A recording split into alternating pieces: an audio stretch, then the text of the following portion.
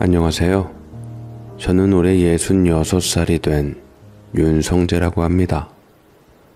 요즘 세상이 많이 바뀌었다지만 제가 살아온 인생에서 가장 어렵고도 헷갈리는 게 바로 결혼이 아닐까 싶습니다.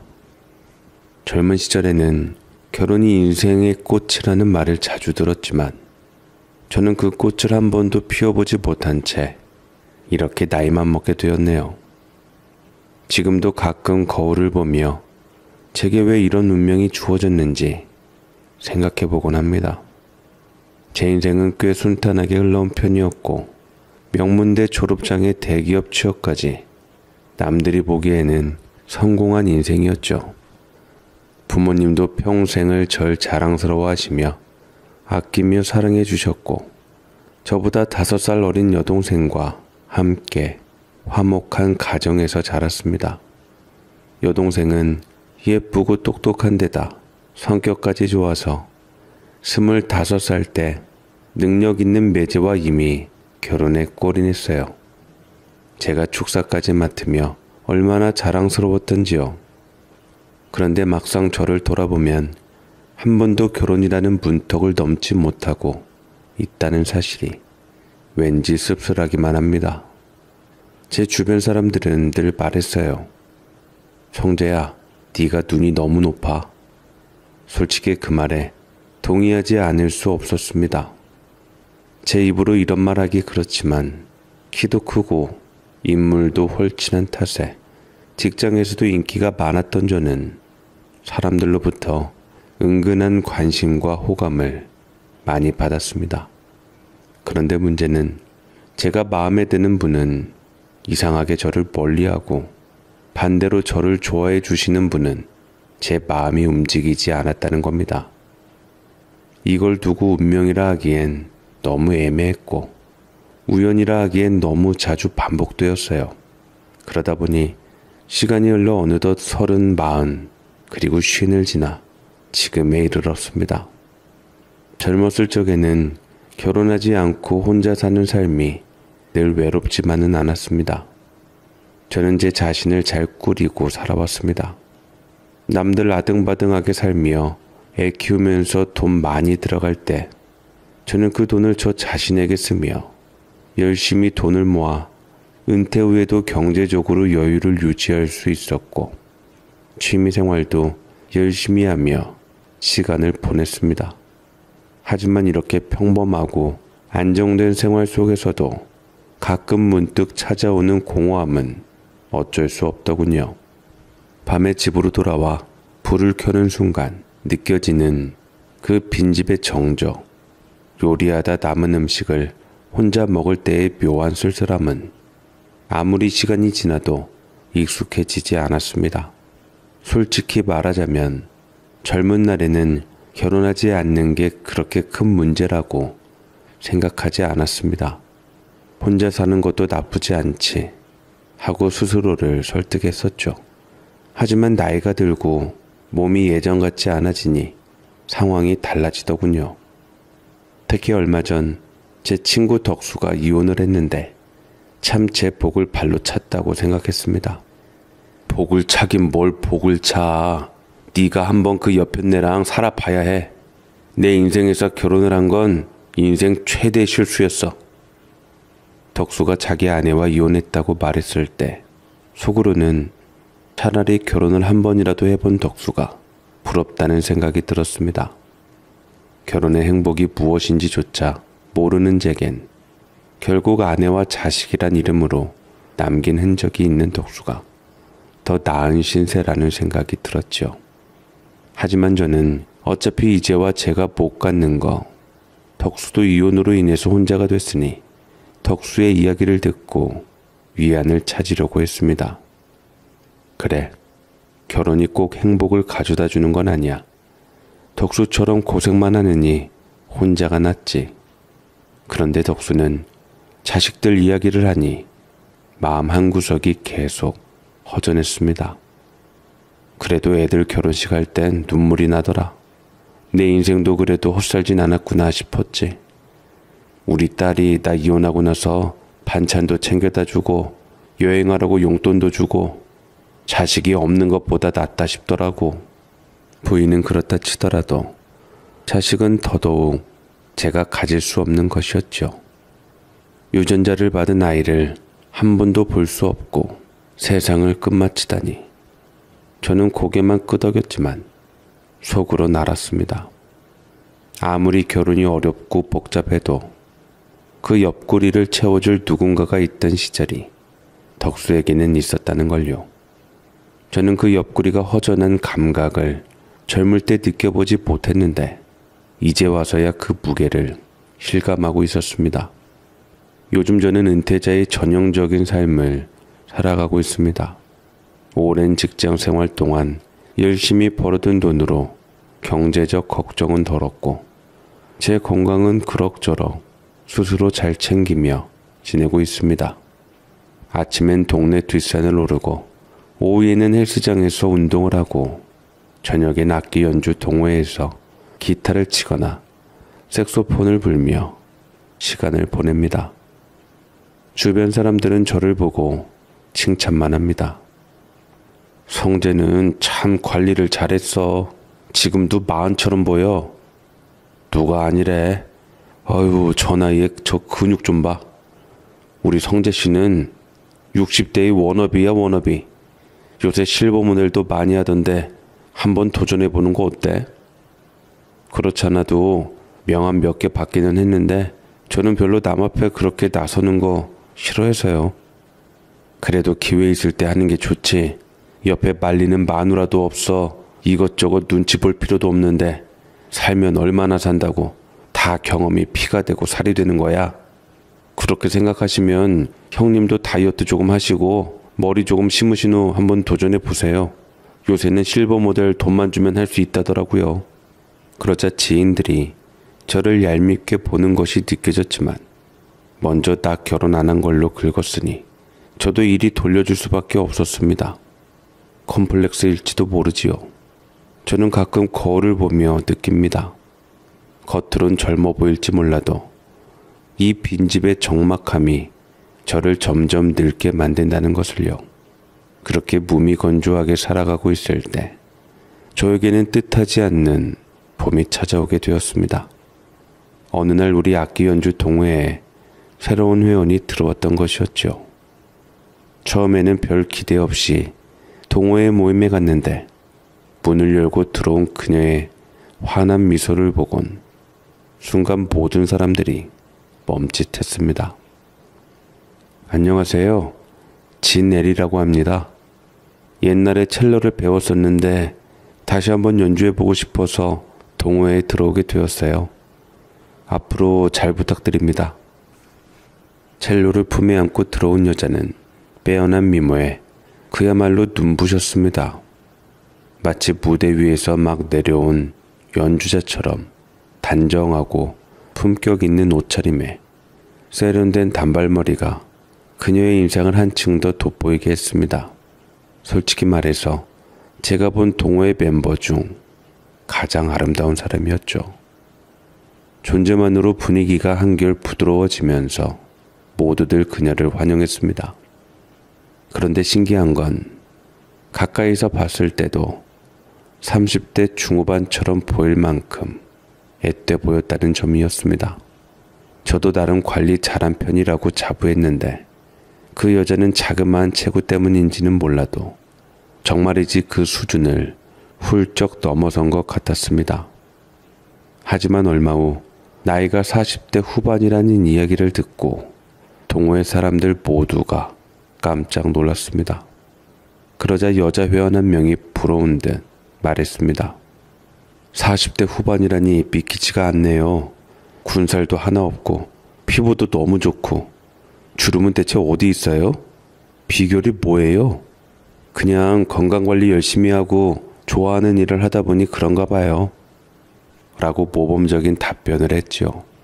피부과도 다니고 헬스장도 다니고 엄청 열심히 관리하게 생겼는데 참 겸손했습니다. 말도 어쩜 그렇게 곱고 자연스럽던지 듣는 사람까지 기분 좋아지게 만드는 재주가 있었지요. 더 놀라웠던 것은 그 여자의 연주 실력이었습니다. 몇십 년 전에 배웠다던 첼로 실력은 녹슬지 않고 얼마나 뛰어났던지요. 첫날부터 첼로를 꺼내더니 작은 손으로 활을 잡고 연주를 시작하는데 모두가 숨을 죽이고 그 사람의 연주에 빠져들었습니다. 이건 단순한 취미가 아니었습니다. 우린 서로 눈짓하며 저 사람 프로 아니야 라는 표정을 주고받았죠. 그녀가 마지막 음과 비브라토를 끝내고 고개를 들었을 때 연주실은 박수 소리로 가득 찼습니다. 그 후로 그녀는 동호회에서 단연 인기인이 되었습니다. 첫인상만 좋았던 게 아니라 성격까지 어찌나 고운지 항상 사람들을 잘 챙겨주며 동호회 사람들 누구와도 스스럼 없이 잘 어울리며 분위기를 푸근하게 만들었습니다. 그녀와 이야기를 나누면 이상하게 마음이 편안해지고 하루의 스트레스가 싹 사라지는 기분이 들었습니다. 듣기로는 혼자 산다고 들었는데 그 외모에 아무도 가만 안 놔둘 것 같은데도 왜 혼자 사는지 몰랐습니다만 저로서는 임자 없다는 것이 희망으로 느껴졌습니다. 무엇보다 들고 다니는 첼로 악기가 초보자와 어울리지 않게 상당히 비싸 보였는데 올드 악기인 게 딱 보기에도 몇천 대 아니면 몇 억 되어 보였습니다. 몸에 걸치고 다니는 것도 다 명품이고 거기다 항상 한가해 보이며 악기 연습을 열심히 하는 것이 나름 재력가인 것 같았습니다. 저는 그 사람에게 자꾸만 시선이 가는 것을 멈추게 할 수 없었습니다만 정작 마음에 드는 여자 앞에 말 한 번 못 건네는 제 주책맞은 성격이 여전히 저를 가둬두고 있었습니다. 그러던 때에 그녀가 연주를 마친 뒤 제게 먼저 다가와 말하는 기적 같은 일이 벌어졌습니다. 원래 제가 마음에 들면 상대방은 저를 마음에 안 들어 했는데 에리는 달랐죠. 윤 선생님도 기타 연주 정말 멋지셨어요. 아까 전에 같이 연주했을 때 막 전율이 느껴진 게 제가 배울 게 참 많네요. 순간 가슴이 철렁 내려앉았습니다. 제가 기타를 처음 배운 지 20년이나 됐지만 정작 그 사람에게 칭찬받으니 초보자처럼 부끄러워졌습니다. 어색한 웃음만 나올 뿐이었습니다. 아, 제가 뭘요? 그냥 손풀기로 한 거였어요. 시선을 피하며 대답했고 그때 제 모습은 마치 중학생 시절 첫사랑 앞에 선 것처럼 심장이 뛰었습니다. 그날 이후 동호회에 가는 발걸음이 이상하게 가벼워졌습니다. 그 여자와 함께하는 시간이 설렘으로 가득했고 그녀의 웃음소리 하나에 묘한 위로를 받는 제 자신을 발견했습니다. 그러다가 한번 연주가 끝나고 회식 자리에 접어들게 되었는데 저만큼이나 사람들은 에리 씨한테 관심을 가지고 있었습니다. 특히나 늑대 같은 남자 회원들은 시종일관 그 여자에게 시선을 떼지 못했지요. 한 번이라도 말을 걸어볼까 틈을 보는 것만 같았습니다. 궁금한 것들을 슬쩍슬쩍 맥주 한 잔씩 주고 물어보기 시작했습니다. 혼자 사신다고 얼핏 들었는데 결혼을 안 하신 건 아닐 테고. 네, 실은 사별했어요. 남편이 저와 결혼하고 나서 7년 있다가 먼저 떠났어요. 남편만 생각하면 제가 고맙기도 하고 미안하기도 하죠. 나한테 모든 것을 다 내어준 사람이니까요. 그 여자는 남편을 일찍 떠나보냈다고 했습니다. 처음엔 그 말을 듣고 안타까운 마음이 들었지만 곧이어 들려온 이야기는 모두를 깜짝 놀라게 했습니다. 술이 들어가서 그런지 뻘개진 얼굴로 술술 묻는 얘기 이상으로 나오는데 알고 보니 그 여자의 전남편이 상당히 재력가였는데 명을 달리하는 바람에 남편이 남긴 유산으로 건물 여러 채를 소유한 어마어마한 자산가라는 사실을 알게 된 것이었습니다. 동호회 사람들은 입을 모아 놀라움을 감추지 못했고 와, 그런 분이 어떻게 우리 동호회에 들어오셨대? 라며 감탄했지만 저는 속으로 다른 생각을 하고 있었습니다. 돈 많지, 착하지, 예쁘기까지 하니 세상에 이런 완벽한 사람이 또 있을까? 제 눈엔 에리 씨가 그야말로 이상형 그 자체로 보였습니다. 주변 사람들이 그 여자를 칭찬하는 소리를 들을 때마다 묘한 소유욕까지 느껴졌습니다. 나한테 딱 맞는 사람이야. 내가 놓치면 평생 후회할지도 몰라. 라는 마음이 들며 점점 그 사람에게 제 마음을 표현하고 싶어졌습니다. 하지만 문제는 그 사람을 좋아하는 사람이 한둘이 아니었다는 겁니다. 우리 동호회에는 짝 없는 사람이 저를 포함한 4명 정도 있었는데 저만 노총각이고 셋 다 이혼남이었습니다. 그 중에는 친구 덕수도 포함하고 있었죠. 처음엔 동호회 남자 회원들이 그 사람을 둘러싸고 웃으며 대화하는 모습에 신경이 쓰였고 점차 제가 보이지 않는 곳에서도 그 여자가 누군가와 이야기를 나누고 있을까봐 불안해졌습니다. 특히나 덕수. 얼마 전 이혼한 덕수가 그 여자에게 관심을 보이는 걸 알고부터는 괜히 예민해졌습니다. 덕수는 이혼한 후 여자라면 지긋지긋하다고 이제 막 자유를 찾았다고 했으면서 왜 이렇게 빨리 새로운 인연을 찾으려 드는 건지 이해할 수가 없었습니다. 덕수가 동호회 모임 끝나고 자연스럽게 그녀 옆자리를 차지하고 웃으며 대화하는 모습을 볼 때마다 속이 끓어올랐습니다. 한 번은 제가 농담 반 진담 반으로 말했죠. 덕수야, 너는 그래도 결혼이라는 거 한번 해봤잖아.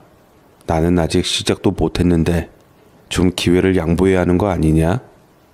그러자 덕수가 피식 웃으며 어이없게 대답했습니다. 야, 성재야, 결혼이라는 거 다 겪어봤으니까 더 잘 알지. 이런 기회가 왔을 때 잡아야 한다고. 너 전에는 결혼은 지긋지긋하다고 했잖아. 여자라면 아주 끔찍하다고. 그건 내 여자가 이혼한 마누라였으니까 그랬고 지금은 다르지. 지금 여자는 에리 씨밖에 없어. 그래서 양보 못하겠다고? 항상 경쟁은 공정한 법이다 너. 내가 양보 안 해도 저런 완벽한 여자를 주변에서 가만둘 것 같아? 우리 정정당당하게 같이 임해보자 친구야. 그 대답에 속으로 이를 악물었습니다. 덕수, 네가 경험해 본 게 내겐 꿈도 못 꿔본 건데 그걸 또 가져가겠다고? 저는 다른 사람은 몰라도 덕수에게는 지지 않겠다고 결심했습니다. 제가 유독 덕수에게 경계했던 이유는 덕수 역시 워낙 관리를 잘하고 남자가 보기에도 멋있었기 때문입니다. 강력계 형사로 퇴직해서 몸도 탄탄하고 키도 크고 외모도 나쁘지 않는 편이라 무엇보다 결혼과 여자에 대해서 빠삭할 터이니 제일 경계할 대상 1호였습니다. 덕수는 그 여자가 동호회에 나올 때마다 가장 먼저 자리를 잡고 그 여자가 첼로를 연주할 때마다 누구보다 큰 박수를 쳤습니다. 악기를 정리하는 그 여자에게 다가가 알랑방귀를 뀌었죠. 그래서 제가 그에 앞서 덕수를 밀쳐내고 제가 먼저 그 앞에 섰습니다. 오늘 에리 씨 연주는 정말 최고였어요. 다음엔 우리 듀엣 한번 해볼까요? 기타랑 첼로도 조합이 좋을 것 같지 않아요? 좋아요. 언제든지 환영이에요. 저는 이렇게 자연스럽게 대화를 이어갔죠. 그럴 때마다 그녀는 부드럽게 웃었고 미소는 정말 묘했습니다. 마치 사람의 마음을 온통 녹여버릴 것 같은 따뜻함이 있었죠. 덕수가 그 여자에게 쏟는 관심이 점점 더 커질수록 저는 더 적극적으로 제 마음을 표현했습니다. 내가 여기서 물러설 이유는 없다. 이런 다짐을 하며 동호회에서의 매 순간을 그 여자와 함께하려 노력했죠. 그 여자가 조금씩 제게 관심을 갖는 것 같자 덕수가 은근히 제게 자신이 없어졌던지 기운 빠지는 소리를 했습니다. 야, 성재야, 경쟁하지 말자. 친구끼리 여자 하나 때문에 뭔 꼴 사나운 짓이냐? 그냥 자연스럽게 흘러가는 대로 두면 되는 거지. 자유 경쟁이라고 할 때는 언제고 내 경쟁 상대는 너 아닌 지 오래됐다. 덕수의 말은 저를 멈추게 할 수는 없었습니다. 제겐 이번 에리 씨에 대한 기회가 처음이자 마지막일지 모를 것처럼 느껴졌으니까요. 제가 정색하며 말했을 때 덕수의 표정이 살짝 일그러졌고 경쟁자 하나는 물리친 느낌이 들었지요. 그리고 얼마 지나지 않아 제게 확신이 드는 일이 일어났습니다. 모임이 끝난 뒤 에리가 먼저 제게 다가와 말했습니다. 윤 선생님, 오늘 연주 정말 좋았어요. 그런데 이번 주말에 시간 괜찮으세요? 갑작스러운 제안에 놀라서 저도 모르게 눈이 커졌고 심장 소리가 심하게 뛰었습니다만 애써 티는 내지 않으려고 노력했습니다. 네, 뭐 특별한 약속은 없습니다. 무슨 일이신가요? 제가 작곡한 곡이 하나 있는데 기타 연주랑 잘 어울릴 것 같아서요. 혹시 같이 연습해 볼 수 있을까 해서요. 에리가 기다렸다는 듯 수줍게 웃으며 대답했습니다. 그 순간 제 머릿속에는 마치 불꽃놀이가 터진 듯 했습니다. 기타 연주랑 잘 어울릴 것 같은 첼로 곡을 작곡했다니 내 착각일지 모르지만 이건 단순한 호의 그 이상이라고 생각했습니다. 저는 얼른 고개를 끄덕이며 알겠다고 대답했고 주말에 그 여자와 함께 연습실에서 만났습니다. 그 사람이 작곡한 곡은 감미로운 멜로디와 세련된 화음이 돋보이는 정말 아름다운 곡이었습니다. 제가 기타로 반주를 맞추자 에리는 첼로로 부드럽게 멜로디를 연주했습니다. 두 악기의 소리가 하나로 어우러지는 순간 저는 이게 단순한 연주가 아니라 그녀와 저 사이에 특별한 연결고리가 생겨나는 것처럼 느껴졌습니다. 그날 이후 저는 용기를 내 에리에게 작은 선물을 준비했습니다. 마침 에리가 톡의 생일이라고 떴기에 겸사겸사 제 마음을 담아 명품 지갑을 선물로 건넸습니다. 성에 차지 않을지는 모르겠지만 그래도 제가 준비한 것이고 제 마음이 시키는 대로 하기로 했지요. 마음에 들지는 모르겠어요. 에리 씨의 곡을 연주하게 돼서 정말 행복했어요. 에리는 선물을 받고 놀란 표정을 지으면서도 웃으며 말했습니다. 윤 선생님, 이런 거 안 주셔도 돼요. 그래도 준비해 주신 거니까 이번만 받을게요. 정말 감사해요. 앞으로도 좋은 연주 많이 해요. 그녀의 그 따뜻한 말 한마디가 저에겐 세상 어떤 칭찬보다 더 큰 보상이었습니다. 그로부터 얼마 뒤 저는 결심했습니다. 이제는 더 이상 머뭇거리지 말자. 제 감정에 확신이 차 있었고 그 여자도 저에 대해 싫지 않은 눈치였기에 저는 좀 더 가까이 그 사람과 함께하는 미래를 그리고 싶었습니다. 그래서 저는 떨리는 마음에 에리 씨를 정성스럽게 준비한 저녁 식사에 초대했고 거절당할까봐 행여나 이 나이에 주책이라고 생각할까봐 젊을 때보다 더 마음이 조마조마했지만 에리 씨는 기꺼이 시간을 내주었습니다. 저는 마트에 가서 그 사람이 좋아할 법한 요리 재료를 사다가 능숙하게 요리를 했습니다. 은근슬쩍 물어보았을 때 고기를 많이 좋아한다고 해서 특별히 스테이크를 만들고 그 옆에 사이드 메뉴할 것들을 준비해 보았습니다. 은근슬쩍 주머니에 미리 준비한 반지도 챙기고 분위기를 위한 와인도 준비했습니다. 저는 간만에 느끼는 이 즐거움이 참으로 큰 행복이었고 영원한 행복이 되기를 간절히 바라며 그 사람을 위해 요리를 했습니다. 그 사람이 찾아왔고 역시나 예쁜 꽃 한 다발을 한아름 가져와 제게 선물했습니다. 꽃이 그 사람인지 그 사람이 꽃인지 구분이 못할 정도로 에리는 아름다웠습니다. 제가 해준 요리를 맛있게 남김없이 먹어주어 기쁘게 해주었고 저는 에리가 좋아하는 라흐마니노프 협주곡을 들려주며 와인을 따라주었습니다. 그리고 그 사람과 이런저런 이야기를 하며 저는 조심스럽게 용기 내어 에리의 손을 잡으며 말했습니다. 이런 질문이 조금 이르다고 생각할 수도 있지만 제가 당신을 평생 행복하게 해주고 싶습니다. 저는 에리 씨와 미래를 함께하고 싶고 결혼 존재로 만나고 싶은데 에리 씨 생각은 어떠실까요? 그 여자는 잠시 할 말을 잃은 듯 순간 놀란 듯 눈을 크게 떴다가 어쩔 줄 몰라 하는 것 같았습니다. 이내 손을 제 손에서 빼내려고 했고 저는 힘을 주어 그 사람의 손을 놓지를 않았네요. 무례하다고 생각할지 모르지만 저는 기왕 이렇게 된 거 제 마음을 전달하고 싶었습니다.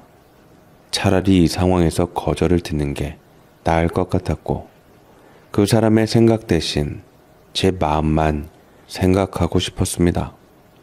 그런데 뜻밖의 그 여자는 곧 웃으며 힘을 빼고 다른 손으로 제 손을 겹쳐 잡았습니다. 윤 선생님, 저도 사실 윤 선생님께 호감을 가지고 있었어요. 그래서 제가 작곡한 곡을 내밀면서 같이 연주하자고 한 거였고요. 정말요? 사실은 저 나이 차이도 많이 걱정이 되기는 했는데 나이는 숫자에 불과하다는 말도 있고 외모는 절대 그렇게 보이지 않으시잖아요. 저는 관리 잘하시는 성재 씨가 좋아요. 고마워요, 에리 씨. 노총각만 받아줘서 제가 정말 은인으로 알고 살겠습니다. 우리는 그렇게 서로의 마음을 확인하며 결혼을 약속했습니다. 제 인생에서 가장 빛나는 순간이 아닐까 싶습니다. 그리고 에리와 젊은 청춘들 못지않는 연애를 시작했습니다. 같이 영화도 보러 가고 꽃놀이도 가고 더욱이 취미가 비슷해 함께하는 시간이 점점 많아졌습니다. 나중에 더 가까워진 후에는 같이 여행도 가고 일반 연인들이 할 법한 것은 다 경험했고 저는 정말 행복했습니다. 만나면 만날수록 너무나도 우리는 잘 맞았고 동호회 사람들은 저희가 연인이 된 것을 알고 무척이나 부러워하면서도 잘 어울린다고 칭찬해 주었지요.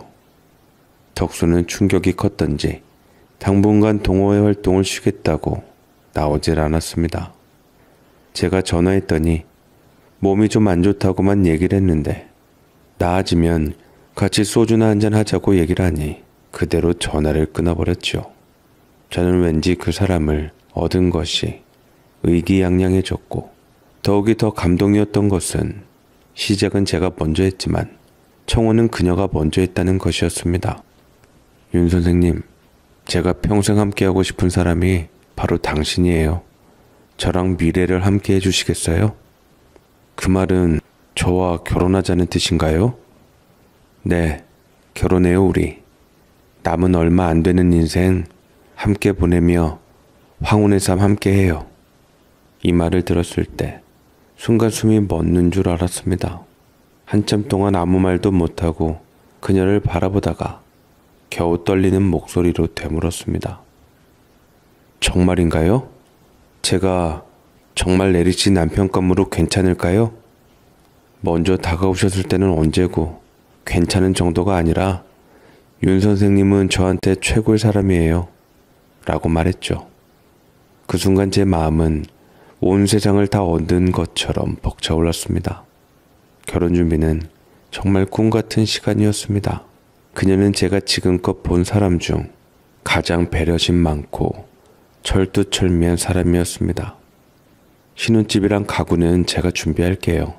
윤 선생님은 그냥 몸만 오세요. 제 취향에 맞는 신혼집에서 살고 싶어서요. 신혼 준비를 혼자 다 하시겠다고요? 그건 너무 무겁지 않을까요? 우리 함께 준비해야죠. 처음에는 그녀의 말에 당황했습니다. 그래서 같이 준비하자 했지만 그녀는 고개를 저으며 단호하게 말했습니다. 윤 선생님, 이건 제가 당신에게 주고 싶은 선물이에요. 평생 함께할 집이니까 제가 책임지고 싶어요. 그 말에 더 이상 반박할 수 없었습니다.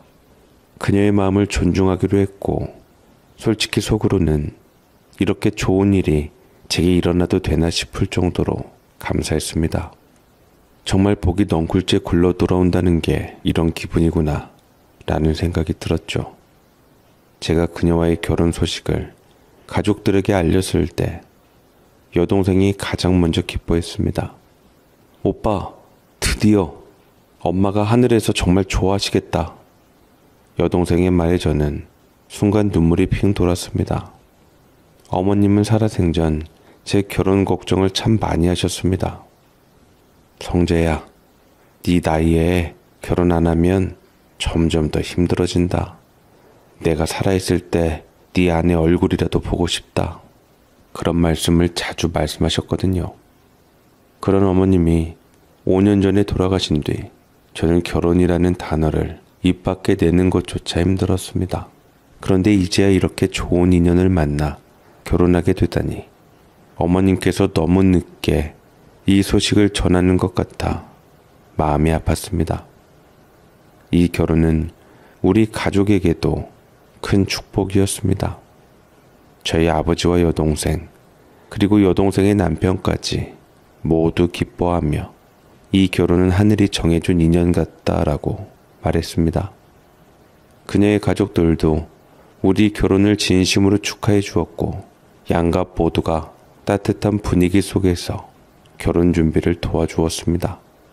결혼식 준비는 마치 순풍의 돛담배처럼 매끄럽게 진행되었고 그녀는 그 과정에서 단 한 번도 제게 부담을 주지 않았습니다. 오히려 윤 선생님은 그냥 제가 준비하는 모습 구경만 하시면 돼요 라며 저를 배려했죠. 결혼식 당일 저는 마치 꿈을 꾸는 것 같았습니다. 하객들로 가득 찬 예식장에서 그녀와 손을 맞잡고 서 있을 때 제 생애 처음으로 완벽한 행복을 느꼈습니다. 모든 것이 잘 맞물려 돌아갔고 서로의 가족과 친구들로부터 축복을 받으며 결혼식을 마칠 수 있었습니다. 내가 이 사람을 만나기 위해 지금까지 기다려온 게 아닐까 그런 생각이 들 만큼 그날은 제 인생 최고의 날이었습니다.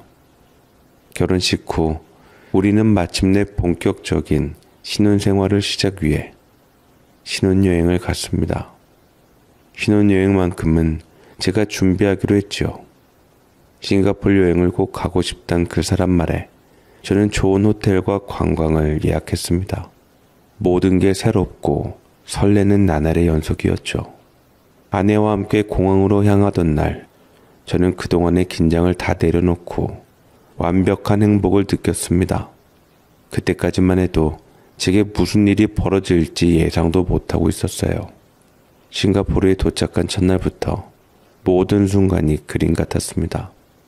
마리나베이 센즈 호텔에서 체크인을 마친 뒤 옥상 수영장에 올라갔습니다. 배 모양의 건축물 위에 펼쳐진 수영장은 정말 장관이었죠. 도시의 야경을 배경으로 물에 몸을 담근 채 그녀와 함께 이야기를 나누던 순간은 마치 영화의 한 장면 같았습니다. 우리는 머라이 연상 앞에서도 유쾌한 사진을 찍으며 서로 장난을 쳤고 작은 유람선을 타고 강변의 화려한 불빛 아래를 떠돌며 야경을 만끽했습니다. 그녀가 여기 너무 아름답죠? 꼭 천국 같아요 라고 말할 때 저는 그 말이 우리의 신혼을 그대로 표현한 것 같았습니다. 그리고 날이 밝자 우리는 동물원을 찾았습니다. 그녀는 큰 눈을 반짝이며 제가 정말 좋아하는 동물원이거든요. 윤 선생님도 좋아하실 거예요. 라며 아이처럼 들뜬 모습을 보였습니다. 그 모습이 어찌나 사랑스럽던지요.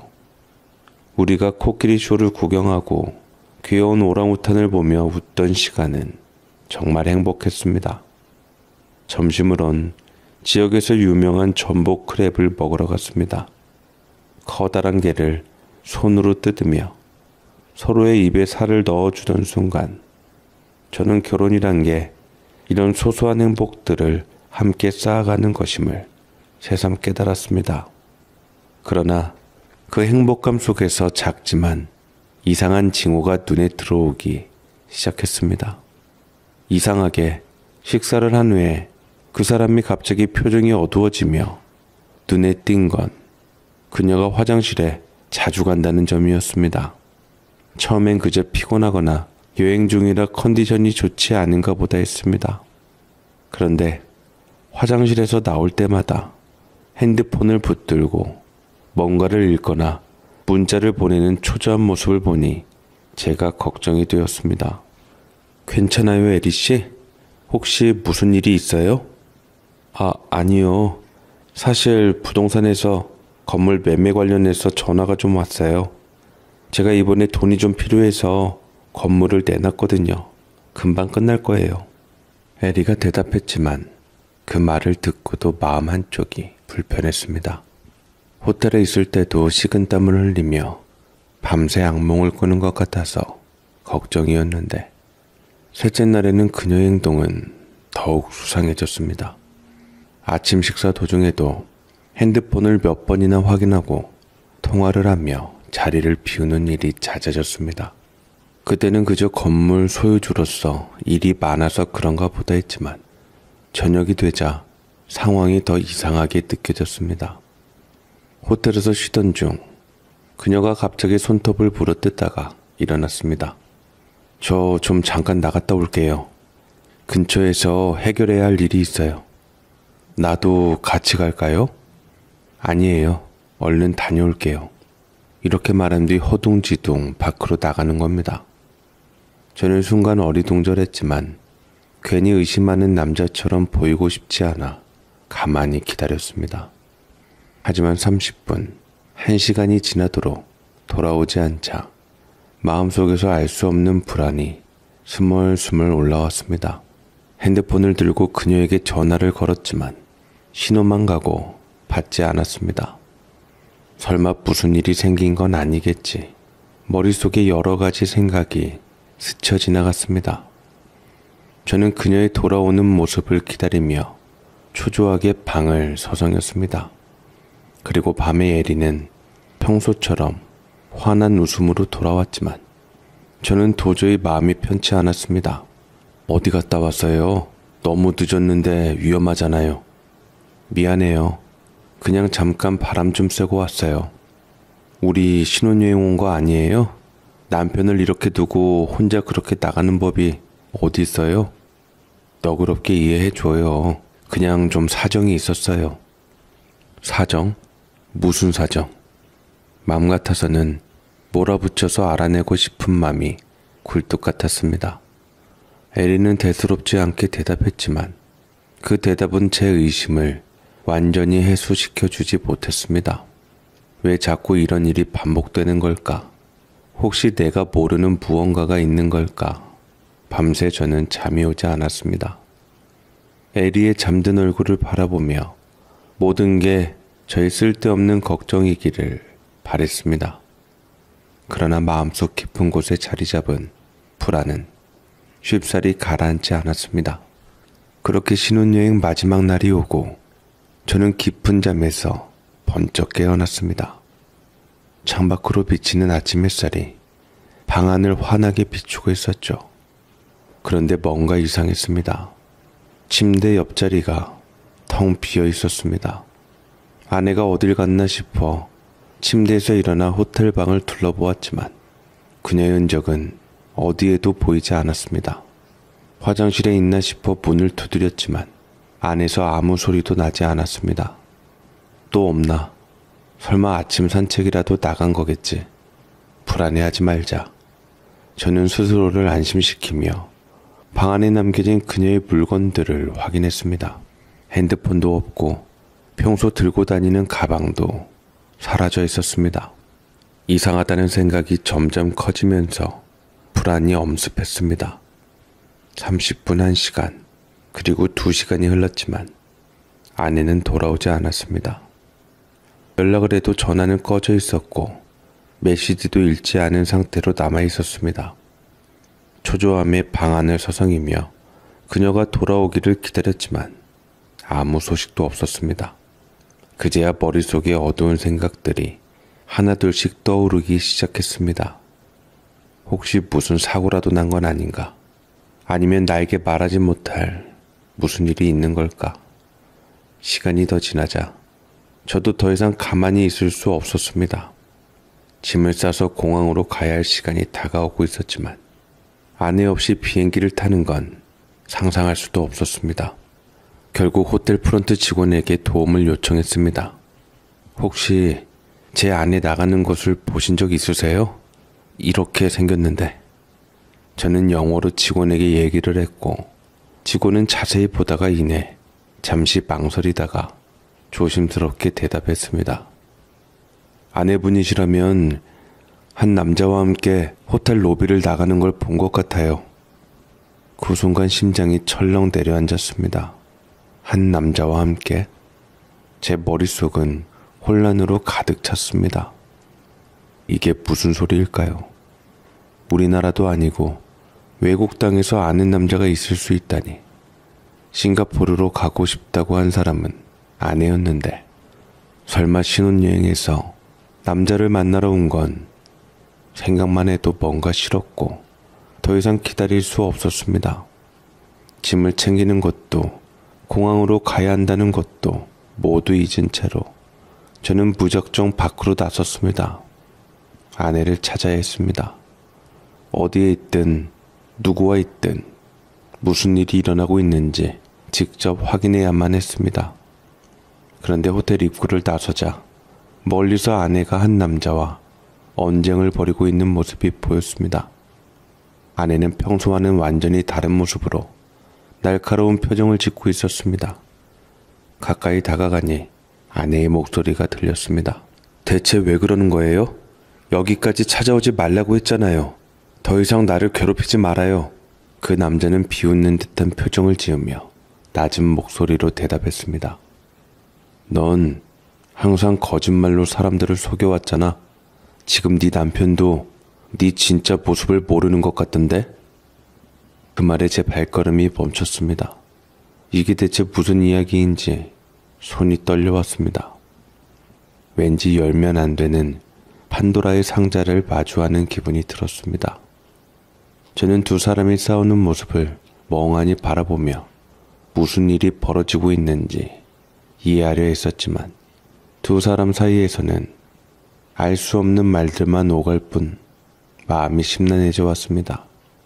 근데 그때 마침 그 남자가 이를 악물며 갑자기 손을 올리기에 저는 재빨리 달려가서 그 손을 잡았고 그 젊은 남자는 저를 노려보며 말했습니다. 남의 일에 끼어들지 말고 가시지.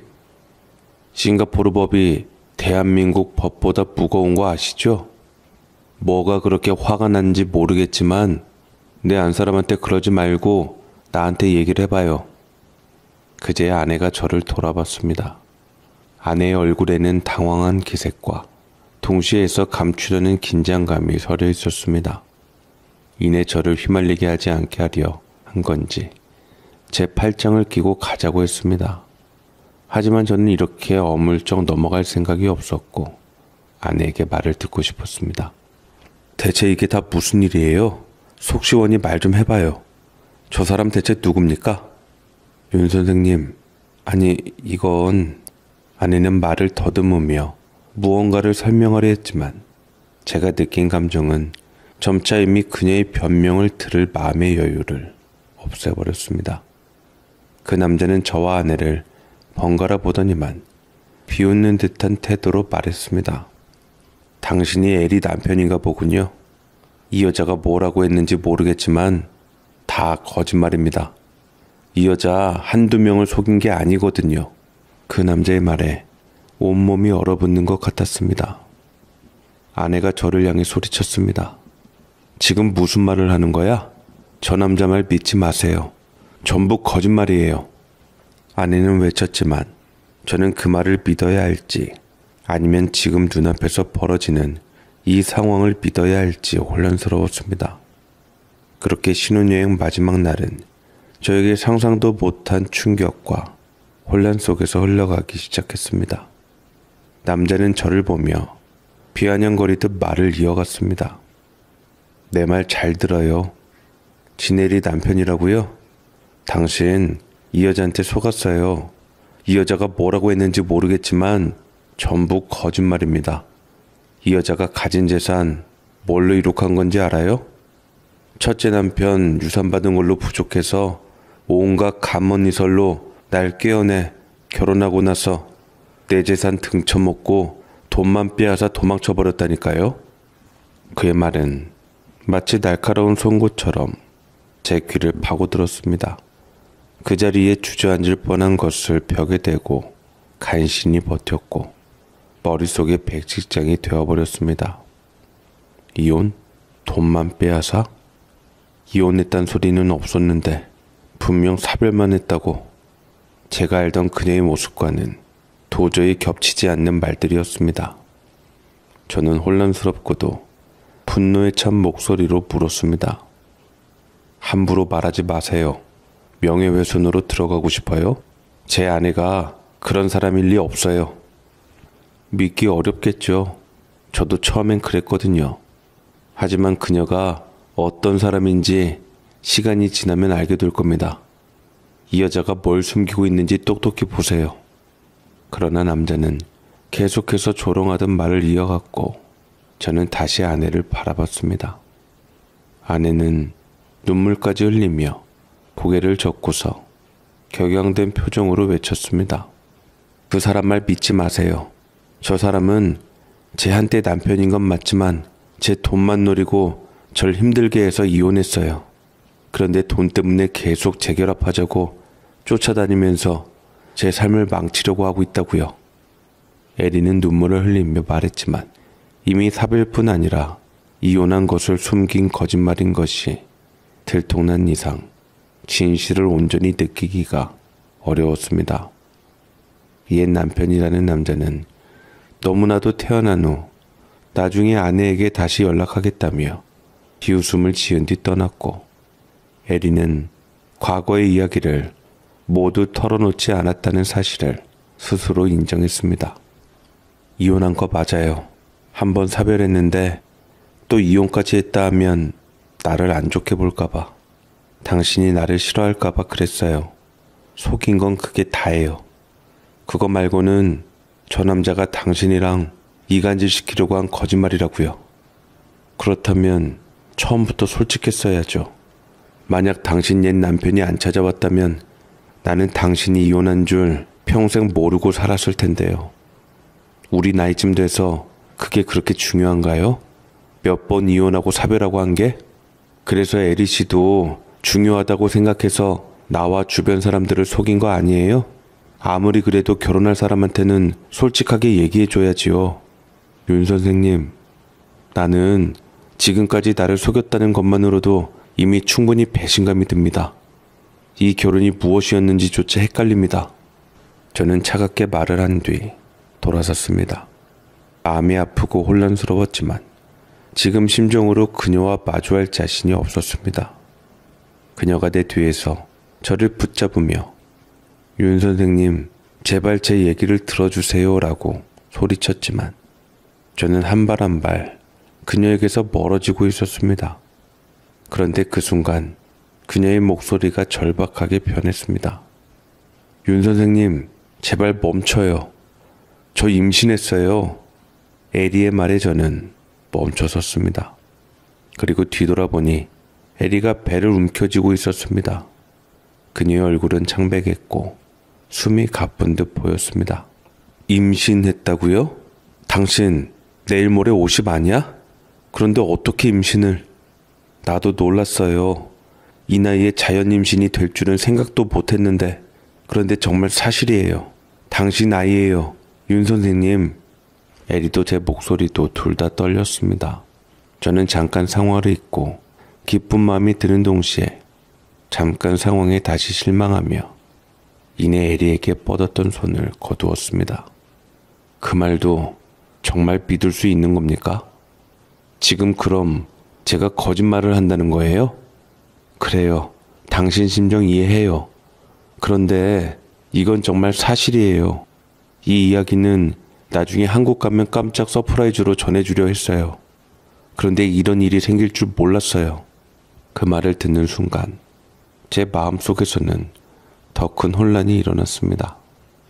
에리의 눈에는 눈물이 맺혀 있었지만 저는 여전히 혼란스러운 상황이었습니다.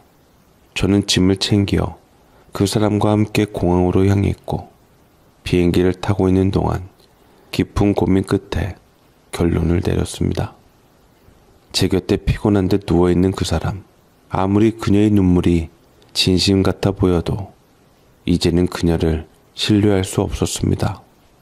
사별이 아니라 이혼이었다는 사실부터 숨겨진 옛 남편까지 제가 그녀와 함께한 시간들이 점점 거짓으로 물들어가는 것 같았습니다. 그녀의 모든 말을 의심하며 살아가는 것은 저 자신에게도 그녀에게도 상처만 남길 것 같았죠. 그리고 서울로 도착해서 다음날 아침 저는 그녀에게 마지막으로 대화를 청했고 조금 더 우리 사이를 생각해보자고 말했습니다. 그러자 놀란 그 여자는 여전히 제 손을 붙잡고 애원했습니다. 윤 선생님, 제발 한 번만 믿어주세요. 제가 이렇게까지 말하는 건 진심이에요. 미안해요. 우리한테는 시간이 필요해요. 당신이 진심이 어딘가에 있을지는 모르겠지만 그 진심까지 닿는 길이 저에겐 너무 험난해 보입니다. 당신이 왜 이제까지 결혼을 못했는지 알 것 같네요. 그녀는 제게 독서를 퍼붓고서 더 이상 아무 말도 하지 못한 채 고개를 숙였습니다. 눈물이 뚝뚝 떨어지는 모습에 마음 한구석이 무너지는 것 같았지만 저는 스스로를 다잡고 그녀의 집을 떠났습니다. 다행히 혼인신고를 하지 않았기에 복잡한 법적 절차는 없었습니다. 그러나 관계를 끝낸다는 건 법적 서류 이상의 문제였습니다. 마음속에서 그녀를 지우는 일이 쉽지 않았죠. 일상으로 저는 머릿속에 맴도는 그녀의 모습과 함께 온갖 감정이 뒤섞였습니다. 이 모든 게 처음부터 거짓이었다면 내 마음을 이렇게 다 주지 않았을 텐데. 집으로 돌아오니 가족들이 저를 기다리고 있었습니다. 여동생은 제 얼굴을 보자마자 눈치를 채고 걱정스러운 표정으로 물었습니다. 오빠, 무슨 일이 있었어요? 왜 이렇게 얼굴이 상했어? 저는 그제야 모든 것을 털어놓았습니다. 그녀가 숨긴 이야기, 신혼여행 중 벌어진 일들, 그리고 제가 결혼을 정리하기로 한 이유까지. 이야기를 하는 내내 목이 메어왔지만 가족들의 위로가 제게 큰 힘이 되었습니다. 하지만 매진은 갸웃거리며 말했습니다. 형님, 근데 너무 솔직히 그런 건 속일 수도 있는 거 아니에요? 결혼까지 했는데 그 정도는 이해해 줄 수 있지 않아요? 막말로 형님 정도 나이 됐으면 이팔 청춘 처녀 총각 결혼도 아니고 좀 유하게 넘어갈 수도 있는 것 같은데. 나는 총각이야. 사별은 어쩔 수 없다 치지만 이혼한 것을 내게 숨겼잖아. 이거 엄연한 혼인 취소 사유라고. 형님, 그래도 그분 기적적으로 임신까지 하셨는데 그렇게 두고 오시는 건 아닌 것 같아요. 막말로 정말로 처남댁 말 맞다나 오해일 수도 있고 그 남자가 수작 부리는 수도 있고요. 처남댁이 재산이 있으니까 재결합하고 싶어 했다면서요. 그러면 형님하고 이간질 시키려고 그런 거 아니에요? 어찌 되었건 부부 사이에 속이는 건 잘못되었잖아. 하나를 보면 열을 한다고. 난 정말 에리씨 그렇게 안 봤어. 왜 처남댁이 마지막 말로 형님이 왜 결혼 못하셨다고 말한 건지 알 것 같아요. 매제는 한숨을 푹 쉬었고 여동생은 매제 옆구리를 푹 찌르며 저를 달래었습니다. 오빠, 그 사람에게 속상한 감정을 오래 담아두지 마라. 오빠가 그렇게 결정했으면 그게 맞는 거고 알아서 잘 털고 일어났으면 좋겠어. 저는 아무것도 모르는 매제의 태도가 참으로 기분 나빴지만 여동생의 말에 그대로 넘어갈 수 있었습니다. 가족의 따뜻한 위로 속에서 저는 조금씩 마음을 다잡기 시작했습니다. 이 경험이 제게 아픔을 남겼지만 또 다른 교훈을 준 것도 사실이었습니다. 사랑이라는 감정은 아름답지만 신뢰가 없이는 결코 지속될 수 없다는 것을 뼈저리게 깨달았으니까요.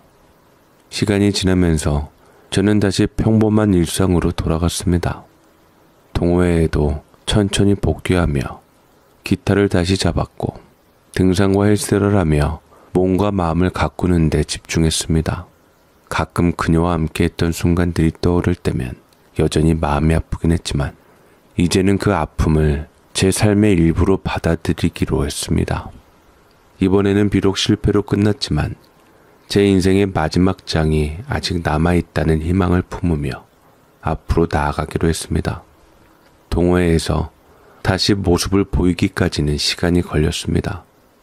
처음에는 기타를 들고 동호회 연습실 문 앞까지 갔다가도 문을 열 용기가 나지 않아 발길을 돌렸습니다. 에리가 떠오를 때마다 가슴 한쪽이 답답해지고 동호회 회원들의 질문 공세가 두려워졌기 때문이었죠. 그렇게 며칠을 망설이다 결국 용기를 내 다시 나갔습니다. 모임에 참석하자마자 예상했던 질문들이 쏟아졌습니다. 윤 선생님, 에리 씨랑 무슨 일 있으셨어요? 갑자기 두 분이 안 보이시길래. 두 분 잘 어울리셨는데 무슨 일이 있었던 거예요? 저는 고개를 가볍게 저으며 단호히 말했습니다. 그 일에 대해서는 더 이상 얘기하고 싶지 않습니다. 당분간 동호회도 쉬려고 연습실에 있는 악보랑 제 물건들 좀 가지러 왔어요. 그 말을 남기고 기타를 정리하던 중 덕수가 다가왔습니다. 평소와 다르게 진지한 표정으로 저를 바라보며 말했습니다. 잠깐 보자며 저를 데리고 나갔고 저도 따라 나섰죠. 성재야, 에리씨 잡아서 그 나이에 힘들게 결혼했는데 좋은 게 좋은 거라고 잘해봐라. 아무래도 네 오해가 큰 것 같아서 친구끼리 도저히 봐줄 수가 없다. 저는 그의 말을 듣고 갑자기 가슴이 철렁 내려앉았고 덕수는 잠시 고민하는 듯 하다가 무거운 목소리로 이야기를 꺼냈습니다. 덕수는 에리와 관련된 이야기를 조심스럽게 풀어놓기 시작했습니다. 처음 덕수와 에리가 가까워지던 시절, 그전부터 에리에게 수상한 전화가 여러 번 왔다고 했습니다. 그리고 낯선 남자도 계속 뒤쫓아와서 여러 번 에리 씨가 경찰을 부르는 모습도 자주 보았고 그 와중에도 동호회를 계속 나왔던 것은 호감 있던 나 때문이었을 거라고 덧붙여 주었습니다. 저는 몸에 힘이 주어지더라고요. 더불어 덕수는 에리 씨의 그 말을 듣고 이상한 낌새를 느껴 후배 경찰들에게 도움을 요청해 조사를 시작했다고 했습니다. 그 남자가 전적이 화려하더라고. 사기에 제비 노릇에 에리 씨가 잘못 걸린 거지 그 사람한테. 그 남자랑 결혼했을 때 에리 씨가 돈을 많이 가진 걸 알고 여러 번 사업도 말아먹고 빚도 갚게 하고 아주 돈잔치를 벌리며 에리 씨한테 떠넘겼어. 자기는 에리 씨 카드 긁으며 놀고 여자 많았는데 다 쓰고 거기다 어느 회사 투자권을 물고 와서는 강압적으로 에리 씨한테 투자하라는데 어느 여자가 그걸 보고도 가만히 있겠냐? 순순히 돈을 주지 않으니까 그 남자가 행패 부리고 못살게 굴어서 결국 이혼 소송으로까지 이어졌대. 덕수의 말에 저는 할 말을 잃었습니다. 에리가 이혼했다고 했던 이유가 이런 깊은 사연 때문이었다는 걸 저는 전혀 몰랐죠. 다시 물어봤지만 에리 씨는 그 남자와 재결합할 생각이 전혀 없었대. 그런데도 그 남자가 계속 쫓아다니면서 괴롭혔지. 내가 처음 에리 씨랑 잘 돼가는 줄 알았을 때도 그 남자가 전화로 협박 비슷한 말을 하더라고. 그래서 내가 후배들한테 조사를 부탁했던 거야. 덕수는 한숨을 쉬며 말을 이었습니다.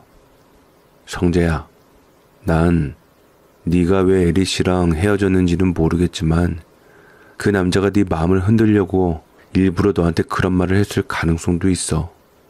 에리 씨가 네 진심을 얼마나 소중히 여겼는지는 모르겠지만 적어도 그녀의 진심을 의심하는 데는 한 번 더 생각해봐야 하지 않을까? 덕수의 말을 들으면서 저는 복잡한 감정에 휩싸였습니다. 마음이 참으로 간사한 게 에리한테 너무나도 미안한 감정이 들었고 내가 에리한테 참 남편으로서 못할 짓을 했구나 싶었습니다. 내가 에리로부터 실망한 그 이상으로 에리 역시 더 많이 내게 실망을 했겠구나. 미안하며 어쩔 줄을 몰랐습니다. 제가 몸을 떨자 덕수는 마지막으로 제 어깨를 가볍게 두드리며 말했습니다. 성재야, 네가 어떤 선택을 했든 존중하지만 적어도 에리 씨의 입장도 한 번쯤 생각해봤으면 좋겠다. 진실이 늘 겉으로 보이는 게 다는 아니니까. 결혼하면 어른이 된다던데 이제 너도 나이 들어서 뒤늦게라도 결혼했으니까 어른이 되었잖냐. 어른이면 쫌생이처럼 굴지 말고 그 정도는 이해해 줘야지. 더군다나 에리 씨는 피해자인데. 덕수에게 에리의 사연을 들은 후 저는 그녀에게 너무 큰 오해와 상처를 남겼다는 생각에 마음이 무거워졌습니다. 미안함이 몰려왔고 그녀에게 진심으로 사과해야겠다는 결심이 있었습니다. 그녀의 집으로 향하는 내내 수백 번의 사과문을 머릿속으로 되뇌었습니다. 내가 얼마나 어리석었는지, 그녀가 얼마나 힘들었을지 제대로 말해야 한다는 생각이 들었네요. 더군다나 그 사람은 제 아이를 갖고 있으니 말이죠. 자식은 얻지 못할 거라고 생각했는데 정말 기적적으로 얻은 제 아이를 품어준 그 사람에게 감사할 따름이었고 천생연분이 분명했습니다. 저는 문 앞에 다다랐을 때 문을 두드렸고 에리 씨를 불렀습니다. 한참 뒤 문이 열렸고 나타난 그녀의 모습은 제가 알던 화사한 에리가 아니었습니다. 초췌하고 야윈 그녀의 얼굴은 저를 보자마자 차갑게 굳었습니다. 여긴 왜 왔어요? 그 사람의 날카로운 목소리에 숨이 턱 막혔지만 저는 용기를 내 말을 꺼냈습니다. 에리 씨 미안해요. 당신의 이야기를 제대로 듣지도 않고 함부로 의심해서 정말 미안합니다. 우리 다시 시작해보면 안 될까요? 내가 나이만 먹었지 아무것도 몰라요, 결혼에 대해서. 그러나 에리의 반응은 싸늘했습니다. 미안하다고요? 그때 나를 그렇게 내팽개칠 땐 언제고 그런 말이 쉽게 나오나요? 결혼이 당신한테는 장난이에요? 에리의 목소리는 떨리고 있었지만 눈에는 분노가 서려 있었습니다.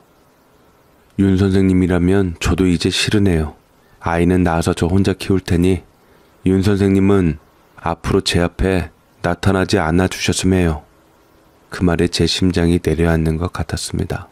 완전히 상황이 정반대가 되었죠. 제가 이번에는 에리 씨한테 받아달라고 매달렸습니다. 정말 미안합니다.